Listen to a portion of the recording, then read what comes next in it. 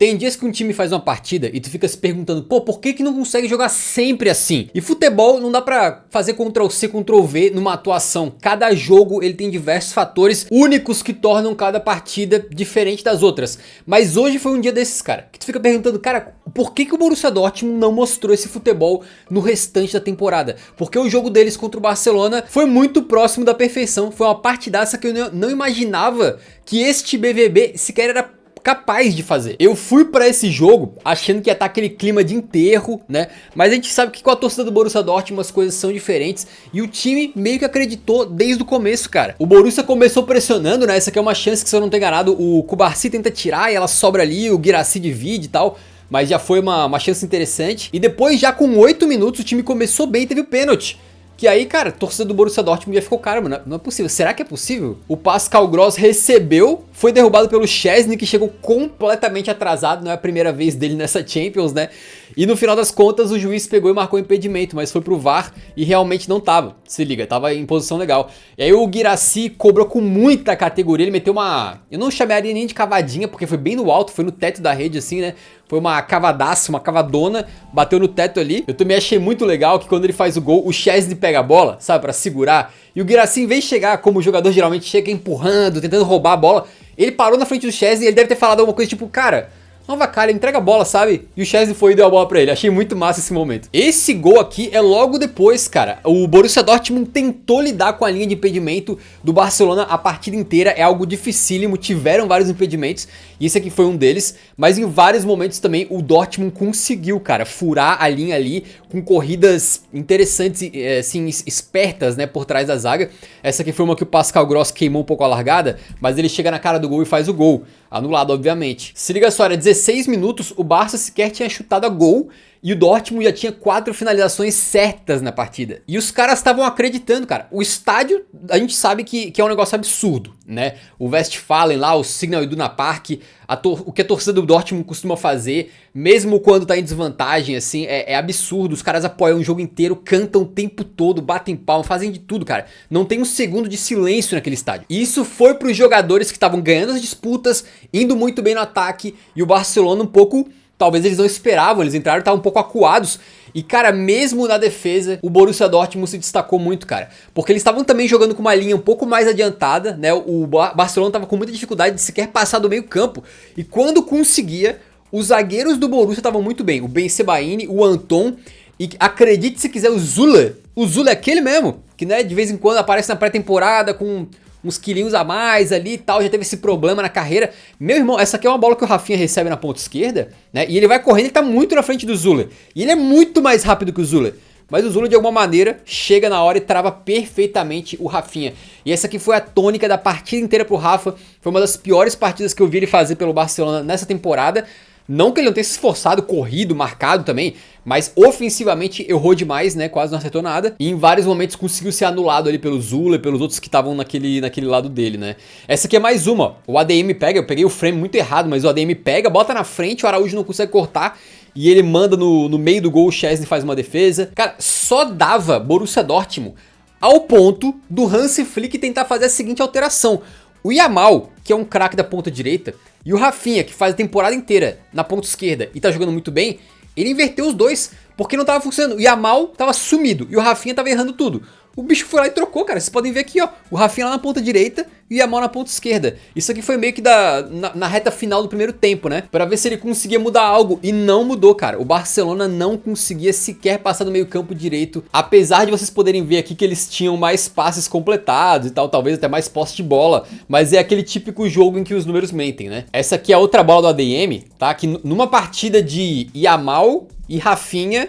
Eu acho que o melhor canhoto em campo foi o Karim, tá? Ele foi muito bem. Essa aqui ele puxa lá da ponta direita, vai carregando aqui, chuta pra fora. Essa aqui é mais uma dele. Acho que ele merecia pelo menos ter feito um golzinho nesse jogo, né? Ele bota na frente aqui agora, acho que é do Koundé, né? E finaliza ali o Szczęsny, faz uma boa defesa. Aí a bola cai no Bayer. Acho que foi o Bayer que pegou o rebotão aqui e manda pro gol.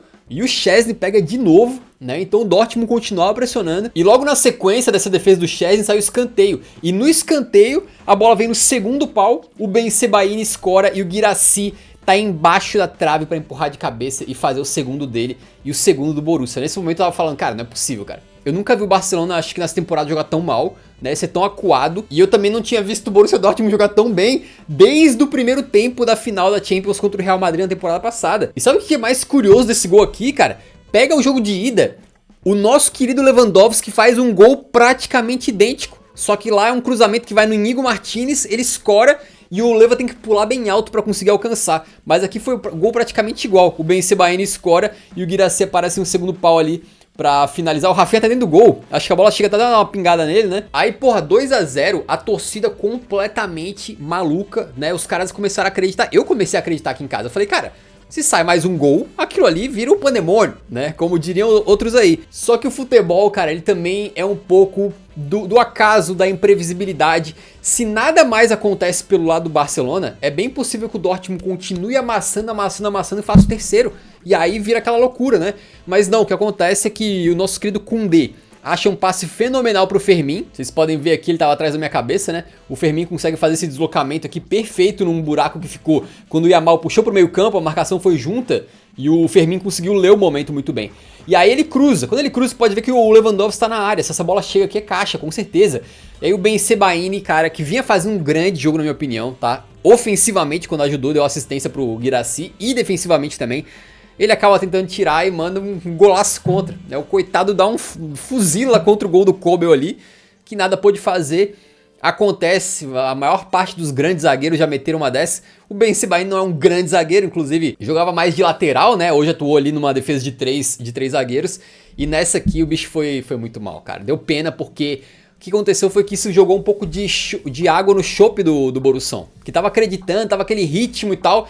E aí o Barcelona não só faz 2 a 1, como o Hansi Flick vê que o negócio tá meio tenso e bota o Pedri, né? Já botou uma cartada mágica ali vindo do banco, sendo que ele tinha começado com o Araújo e com o Gavi, que no momento são reservas do Barça, né? Porque talvez ele pensou, pô, 4 a 0 no jogo de ida, o jogo de volta tá ganho. Eu posso me dar o luxo de botar um ou outro jogador que já pode ganhar mais minutos, mas que nesse momento não é titular. O Araújo fez uma partida ruim, na minha opinião, e o Gavi uma partida dentro da média ali, só que o Pedri é muito craque, né, cara? E aí quando ele entra, eu acredito que o Barcelona, também se aproveitando um pouco dessa murchada que o Borussia deu, conseguiu controlar mais a partida. Aí o Barça vai ficar mais com a posse de bola, vai evitar que o Borussia ataque tanto, mantendo mais a bola entre eles. Então aquele ímpeto que o Borussia tava, deu uma morrida, né? Eles não conseguiram mais criar muitas chances. O próprio Niko Kovac, também técnico do Borussia, faz algumas alterações que na minha opinião não deram certo, deram uma esfriada no jogo. Entrou ali o Gil Reyna, por exemplo, que não conseguiu fazer muita coisa,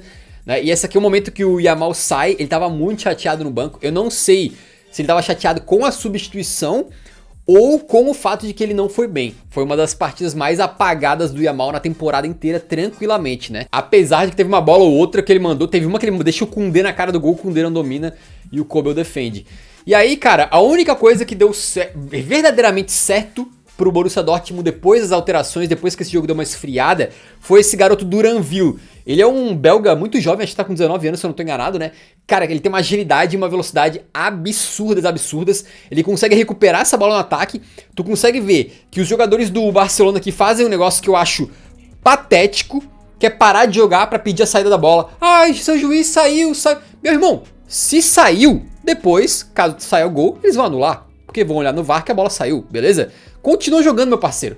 Cara, o cara que para de jogar pra levantar o braço pra pedir alguma coisa, eu acho ridículo. Eu acho que não tem lugar no futebol profissional pra uma palhaçada dessas. Mas teve aqui, né? Dois levantando a mãozinha. Ai, meu Deus, a bola saiu. Não saiu. O Duranville meteu ela dentro de campo, conseguiu roubar, avançou, fez uma jogada linda, jantou alguém na marcação aqui, eu não vou lembrar quem foi agora, e cruzou pra área. No que ele cruzou pra área, o Ronald Araújo, cara, ele tentou fazer o quê? Meio que sair jogando, eu acho. Porque, pô, quando tem aquela famosa frase, né, bola pro mato que o jogo de campeonato, meu irmão, essa bola senta, tu manda uma sapatada pra qualquer lugar que teu nariz estiver virado. Mas ele tenta meio que dar uma chapadinha assim pra tocar pra alguém pra sair jogando. Foi a minha impressão. Só que aí ele toca pro Guirassy. O Guirassy não é do time dele. E o Guirassy tava absolutamente on fire nesse jogo, né? Recebe ali, consegue canhotar pro fundo do gol e fazer o 3 a 1. Hat-trick dele. Eu tenho que pedir desculpas pro Guirassy. No começo da temporada eu soltei um vídeo no Eurofut para os membros dizendo quais jogadores que eu acho que não seriam boas contratações, que flopariam. Eu botei o Guirassy lá e eu tava completamente errado. Artilheiro da Champions nesse momento, né? Tá jogando muito. Mas o Araújo foi muito mal. Foi uma assistência do Araújo pro gol do Guirassy. né, cara? Só que assim, meio que foi a última grande cartada, a última grande coisa que o Borussia Dortmund conseguiu fazer na partida. Que a partida ali ficou meio amarrada, o Barcelona segurando mais a posse de bola. O Barça mal conseguiu atacar, tá? Diga-se de passagem, mas eles conseguiram esfriar o jogo. E era o que eles precisavam, né? Porque mesmo perdendo de 3-1, ainda tinha uma vantagem de 2 gols no agregado, 5-3 no agregado, né? E a partida acabou assim, mas cara, tem algo que eu preciso falar pra vocês. Primeiramente, a TV mostrou esse casal aqui o tempo inteiro, porque é uma torcedora do Dortmund e um torcedor do Barcelona, né? E aí os dois estavam batendo palma no final. O Rafinha extenuado no final do jogo. Acho que realmente não foi bem o Rafa, nem o Yamal, nem o Leva também. Mas cara, uma coisa que eu achei que é obrigado a falar é que é o seguinte: o Borussia fez uma partida que eu não imaginava que fosse ser possível, tá? Os caras dominaram o Barcelona em grande parte da partida, aterrorizaram o Barcelona, não deixaram o Barcelona jogar. Então foram bem defensivamente, foram bem ofensivamente, tiveram mais vontade que o Barça, mais energia, acreditaram mesmo depois de tomar uma surra na volta. A festa da torcida foi linda e os caras reconheceram aí o desempenho dos jogadores ao final, aplaudindo, cantando. Foi muito bacana porque acabou o jogo. Raramente teve uma situação dessa, tá? A torcida do Borussia cantando, pulando, feliz, e a do Barcelona também, por causa da classificação, mesmo tendo perdido o jogo, né? Então os dois lados estavam felizes. E eu sei que pra muita gente vai ficar aquele pensamento de que, pô, a torcida do Borussia Dortmund não pode se contentar com uma eliminação na Champions League. Mas cara, esse elenco do Borussia aí, meio de tabela de Bundesliga, trocando de técnico no meio da temporada, é bem verdade que eles são os vice-campeões da Champions atualmente. Mas acredito que quartas de final meio que era o que poderia se esperar no máximo dessa equipe, né? Semifinal seria um desempenho muito acima do esperado por todos nós, creio eu. Então eles caíram, mas eles caíram com a cabeça erguidaça, o que eu não achei que poderia ser depois do 4-0 na ida, né? Eu achei que talvez o jogo de volta ia ser um jogo modorrento, chechelento, mais um, sei lá, 1-0 pro Barcelona, ia acabar assim, mas não. Foi uma festa linda e um desempenho absolutamente fantástico. Vocês precisam ver as estatísticas do jogo, né? Que é uma coisa assim, brutal. 18 finalizações do Dortmund contra 7 do Barcelona, mas isso aqui pega mais, ó. 11 certas contra 2 do Barcelona. 3,85 de gols esperados contra 0,5 do Barcelona. Pensa só, cara.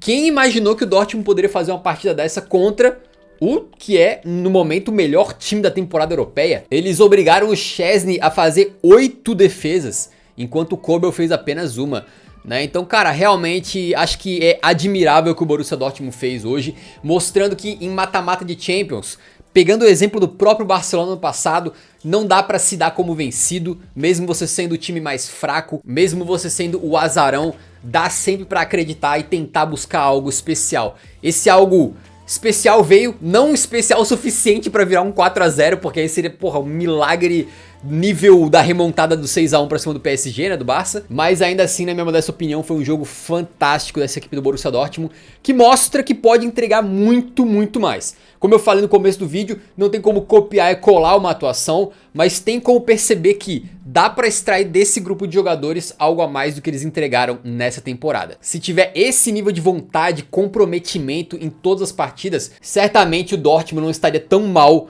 no campeonato alemão, né? Eu gostei muito da partida do Bayer. Às vezes ele me lembra um pouco o Thomas Müller quando era novinho, mano. Que ele corre, ele parece meio desengonçado assim, mas o cara sempre apoiando bem, aparecendo bem. O ADM junto com o Guirassy e o Pascal Gross aqui, melhores do Dortmund na partida. A defesa também, que achei que foi bem a defesa. A defesa neutralizou os três aqui, mano. Tudo bem que com o apoio e com a ajuda do Svensson e do Jan Koos também fechando nas laterais, né?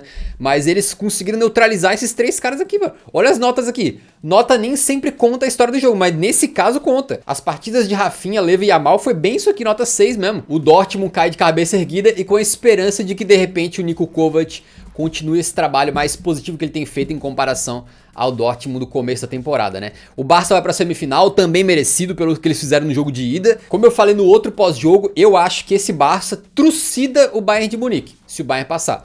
Mas contra a Inter, acho que vai dar um jogo bem interessante. Acho que vai ser muito mais difícil do que o Barcelona pode imaginar. Meus caros, eu não gosto de acompanhar duas partidas ao mesmo tempo, porque eu acho que eu não consigo dar a atenção necessária para poder fazer um pós-jogo detalhado aqui, prestando 100% de atenção em todo o jogo, se tiver duas telas. Portanto, o jogo do Aston Villa com o PSG, eu vi meio que os últimos 5 minutos só, tá? Então não posso comentar muito, quase viraram o Aston Villa, né? Ou quase levaram pra prorrogação aí, mas enfim. Não se esqueçam que na quarta-feira, acabando a rodada da Champions, tem o pós-jogo aqui de Real Madrid e Arsenal, tá? E também quinta-feira, de manhã cedo, sai lá no canal Eurofute o resumão da rodada da Champions. Muito obrigado pelo apoio de sempre, é nóis.